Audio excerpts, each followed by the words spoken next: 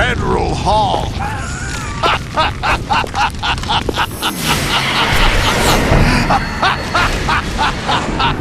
What are you laughing at? Do you know what day it is today? April 30th? That's right. George Washington took office as the first president of the United States of America 200 years ago today. And it happened right here. We were going to declare another independence, the dawn of a new nation, here.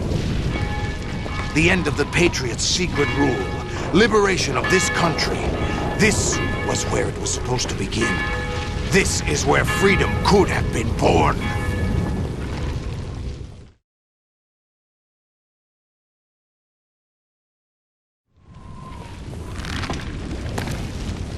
All you want is power at any cost. Jack, it's not power I want. What I wanted to take back from the Patriots are things like freedom, civil rights, opportunities. The founding principles of this country. Everything that's about to be wiped out by their digital censorship. Jack, listen to me. We're all born with an expiration date. No one lasts forever. Life is nothing but a grace period for turning the best of our genetic material into the next generation.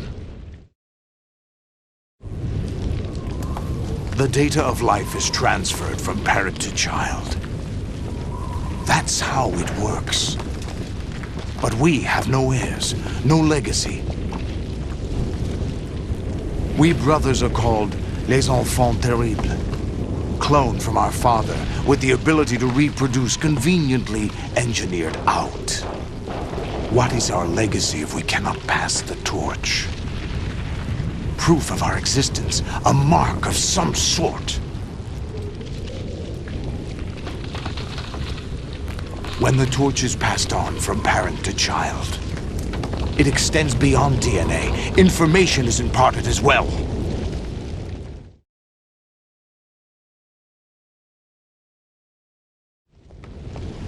All I want is to be remembered by other people, by history. The Patriots are trying to protect their power, their own interests, by controlling the digital flow of information. I want my memory, my existence to remain. Unlike an intron of history, I will be remembered as an exon. That will be my legacy, my mark in history. But the Patriots would deny us even that. I will triumph over the Patriots and liberate us all, and we will become the Sons of Liberty!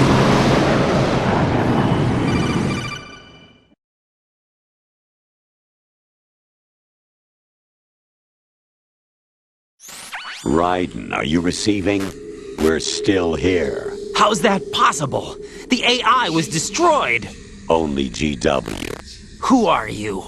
To begin with, we're not what you'd call human. Over the past 200 years, a kind of consciousness formed layer by layer in the crucible of the White House. It's not unlike the way life started in the oceans 4 billion years ago. The White House was our primordial soup, a base of evolution. We are formless. We are the very discipline and morality that Americans invoke so often. How can anyone hope to eliminate us?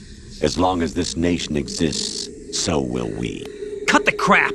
If you're immortal, why would you take away individual freedoms and censor the net?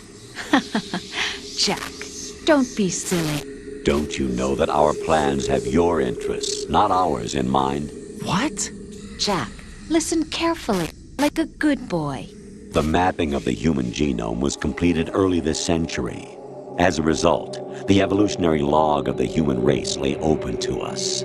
We started with genetic engineering, and in the end, we succeeded in digitizing life itself. But there are things not covered by genetic information. What do you mean? Human memories, ideas, culture, history. Genes don't contain any record of human history. Is it something that should not be passed on? Should that information be left at the mercy of nature? We've always kept records of our lives, through words, pictures, symbols, from tablets to books. But not all the information was inherited by later generations. A small percentage of the whole was selected and processed, then passed on. Not unlike genes, really. That's what history is, Jack. But in the current digitized world, trivial information is accumulating every second, preserved in all its triteness, never fading, always accessible. Rumors about petty issues, misinterpretations, slander. All this junk data, preserved in an unfiltered state, growing at an alarming rate. It will only slow down social progress, reduce the rate of evolution. Right. You seem to think that our plan is one of censorship. Are you telling me it's not? You're being silly. What we propose to do is not to control content, but to create context. Create context. The digital society furthers human flaws and selectively rewards development of convenient half-truths. Just look at the strange juxtapositions of morality around you. Billions spent on new weapons in order to humanely murder other humans. Rights of criminals are given more respect than the privacy of their victims. Although there are people suffering in poverty, huge donations are made to protect endangered species. Everyone grows up being told the same thing. Be nice to other people. But beat out the competition. You're special. Believe in yourself and you will succeed. But it's obvious from the start that only a few can succeed. You exercise your right to freedom, and this is the result. All rhetoric to avoid conflict and protect each other from hurt. The untested truths, spun by different interests, continue to churn and accumulate in the sandbox of political correctness and value systems. Everyone withdraws into their own small gated community, afraid of a larger forum. They stay inside their little ponds, leaking whatever truth suits them into the growing cesspool of society at large. The different cardinal truths neither clash nor mesh. No one is invalidated, but nobody is right. Not even natural selection can take place here. The world is being engulfed in truth. And this is the way the world ends. Not with a bang, but a whimper. We're trying to stop that from happening. It's our responsibility as rulers. Just as in genetics, unnecessary information and memory must be filtered out to stimulate the evolution of the species. And you think you're qualified to decide what's necessary and not? Absolutely. Who else could wade through the sea of garbage you people produce, retrieve valuable truths, and even interpret their meaning for later generations? That's what it means to create context. I'll decide for myself what to believe and what to pass on. But is that even your own idea? Or something Snake told you. That's the proof of your incompetence right there. You lack the qualifications to exercise free will. That's not true. I have the right. Does something like a self exist inside of you? That which you call self serves as nothing more than a mask to cover your own being. In this era of ready-made truths, self is just something used to preserve those positive emotions that you occasionally feel. Another possibility is that self is a concept you conveniently borrowed under the logic that would endow you with some sense of strength. That's crap! Is it? Would you prefer that someone else tell you? All right then. Explain it to him. Jack, you're simply the best, and you got there all by yourself. Oh, what happened? Do you feel lost? Why not try a bit of soul-searching? Don't think you'll find anything, though. Ironic that although self is something that you yourself fashioned, every time something goes wrong, you turn around and place the blame on something else. It's not my fault. It's not your fault. In denial, you simply resort to looking for another, more convenient truth in order to make yourself feel better. Leaving behind in an instant the so-called truth you once embraced. Should someone like that be able to decide what is truth? Should someone like you even have the right to decide? You've done nothing but abuse your freedom. You don't deserve to be free. We're not the ones smothering the world. You are.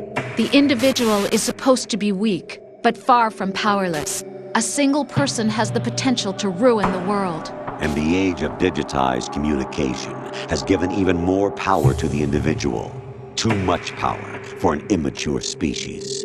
Building a legacy involves figuring out what is wanted and what needs to be done for that goal. All this you used to struggle with. Now we think for you. We are your guardians, after all. You want to control human thought? Human behavior? Of course. Anything can be quantified nowadays. That's what this exercise was designed to prove. You fell in love with me just as you were meant to, after all. Isn't that right, Jack? Ocelot was not told the whole truth, to say the least.